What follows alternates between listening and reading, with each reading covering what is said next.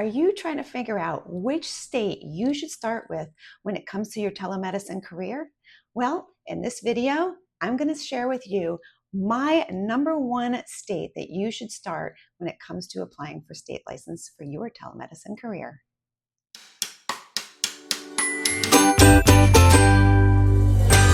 My name is Lori. I'm your telemedicine chick, and in my videos, I empower and inspire you in your telemedicine career with my telewisdom. So in this video, I want to actually talk about what state I would actually start with when you're starting to get licensed up for telemedicine. And the reason why I want to do this one is because I actually get this question a lot. Now, if you're new to my channel, I do have other videos. I'm going to link them down below that talk about licensing strategy and do I need to get all state licenses? I have lots of videos when it comes to licensing up, as I say, when it comes to telemedicine. But this video, I actually want to talk about what I personally think is the best state to start with. Now, of course, always in my videos, this is my personal experience. You have to make the decision what is best for you. But let's get into it and let me share with you why I think that this particular state is the best state to start with. But before we get started, if you are new here, please make sure that you go down below and subscribe to my channel so that you don't miss any of my videos that I publish, and I impart my telewisdom to you to help inspire and empower you in your telemedicine career. So, which state is the best state, in my opinion, to start with? Drum roll, please. It is going to be Florida. Now, one of the big reasons I say this is that I talk about in my license strategy, one thing is getting at least one high volume state. And if you look at those high volume states, they are typically the biggest high ones are Florida, Texas, California, and New York. And if you look at all four of them, Florida has lots of benefits of why I say it should be the first one. Texas, I've heard from multiple, and I've experienced it myself, is they want you to get like your syllabus from school when you went to NP school. And for someone who's been around a while and my college had to go back to a microfiche in order to find that syllabus, that can be a little time consuming and it can delay you getting your license. Plus, it is a collab state. Then you look at California. California is so expensive. It's not a compact. You got to get your RN, you got your NP, then you have to get your furnishing license. It's inexpensive, and my personal opinion, a little bit of a difficult state to work with. I typically say, if you're going to get California, wait until the end. And then New York is another non-compact state, so you have to start getting your RN license. And New York is not the quickest state out there. They can take quite a time. I've heard people definitely still continue to waiting for their New York license. Where Florida, now I'm not only saying this because I live in Florida, but Florida is an amazing state, and the Board of Nursing is really, really great, and it is definitely a high volume state. So as I say with my licensing strategy, you definitely want to get at least one of those high volume states. And I think Florida, out of all of them, is one of the best just for other reasons as well, as I'm going to go into now. So before we dive in a little bit further, I do want to acknowledge out there that there is a telehealth registration for the state of Florida. It is very quick, easy to get, and it is actually free. But I personally believe that actually getting a license is more beneficial for anyone going into telemedicine. And the reason being is I feel like when you look at the regulations and the laws about it, it's sometimes, to me, it feels like it's a little bit of a gray area. So when you do that, one thing, you do have to still comply with Florida state laws and regulations when it comes to your license. And then you also then have to abide by the state laws and regulations that you are actually in license. That when you apply, you're actually saying, hey, look at this is my license, and we're going to base it off of that.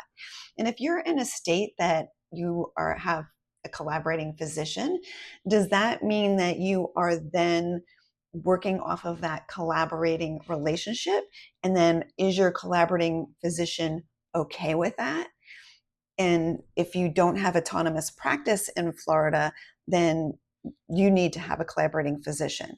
So to me, it's a little bit of a gray area, and I'm all about being compliant, following rules and regulations, and all of that kind of fun stuff. So again, my personal experience, my personal thoughts, you have to do what's right for you, but I do want to acknowledge that it exists and it is there. And if you want to go that route, that's even quicker and cheaper. So one of the great reasons that I believe that Florida is a really amazing state to get a license is they do not require an RN license to get your NP license. Now, this is going to be particularly important for those who live in those non-compact states. Now, those states are becoming less and less over time, which is really, really amazing. But for me, this was one of the first states I got in my telemedicine career. And originally, I was living in a non-compact state. So the fact that I could get an NP license in a state and not have to get my RN state, because if you're new to getting your licenses, if you are in a non-compact state, you have to first apply for those RN licenses, then get your NP license. Sometimes you can apply at the same time, but that's an extra application that takes time and it also costs money. Well, Florida doesn't require that. If you live in a non-compact state, you do not have to get your RN license. You can go right for that NP license, which is amazing. And not only that, they've got a pretty quick turnaround time so that you know when you're applying for that license, it's not going to take forever. As long as you submit everything that you need in a timely fashion, you're going to get your license fairly quickly. So again, the process personally for me, and I've known from others, is a quick process. And if you live in that non-compact state, you're golden. You do not need to apply for an RN license. So to me, one of the best reasons to get Florida is that you have the opportunity to apply for autonomous practice in the state of Florida, which is amazing. We know how amazing us nurse practitioners are, and we don't need those collabs. We can rock it by ourselves. So having that opportunity to actually apply for autonomous practice is, to me, amazing, especially if you're going to be going into a private practice or even 1099 jobs. Not all 1099 jobs provide collaborating physicians. So if you have autonomous practice in a high volume state, that is going to be amazing. Now, there are requirements that are, with any state that has that avenue of getting either what they call full practice, autonomous, independent practice. They all interchangeably use different terms. There are some requirements to it, but you can easily do it. Even you new grads, you need I think it's 3,000 hours to apply for that autonomous practice. And that's if you're working full time, that's in about a year and a half or so. So it's not really that bad. So to me, you can apply for autonomous practice. If you look at the other high volume states, California, you need a collab, Texas, you need a collab, and New York, you can practice independently there if you have certain criteria as well, but you need that RN license. I mean, they have that compact pending legislation, but who knows how long that's going to take. And the application process is a little bit longer. So again, another great advantage of Florida, you can apply for autonomous practice. Okay, so let's recap why Florida, in my opinion, should be at least one of the first states that you get in your telemedicine career. One, it is a high volume state. Absolutely, it's one of the high volume states that's out there. Two, it is an easy process. It's not really bad to apply for it. If you live in a non-compact state, you do not even need that RN license. You can go right for that NP license. I do not know any other state that does that, which is amazing. And then three, you can apply for autonomous practice. Of course, there's some requirements, but it can easily be attained in about a year and a half if you are a new grad. So all three of those things are just amazing reasons why I believe that Florida should be one of the first states that you apply for in your telemedicine journey. I hope that you found this video helpful. I am going to link some other videos on my multi-state license strategy. Do you need 50 licenses and to be successful in telemedicine. Just going to give you a whole bunch of little things down there, besides lots of other links for you to check out. Again, if you have not subscribed, please make sure that you go down and subscribe to this channel so that you don't miss a video when I publish it.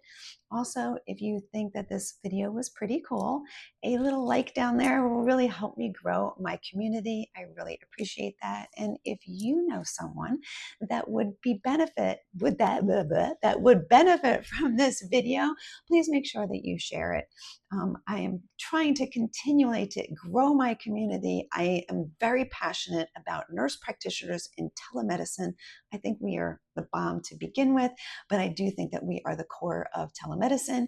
And I'm really about helping and supporting you in your telemedicine career.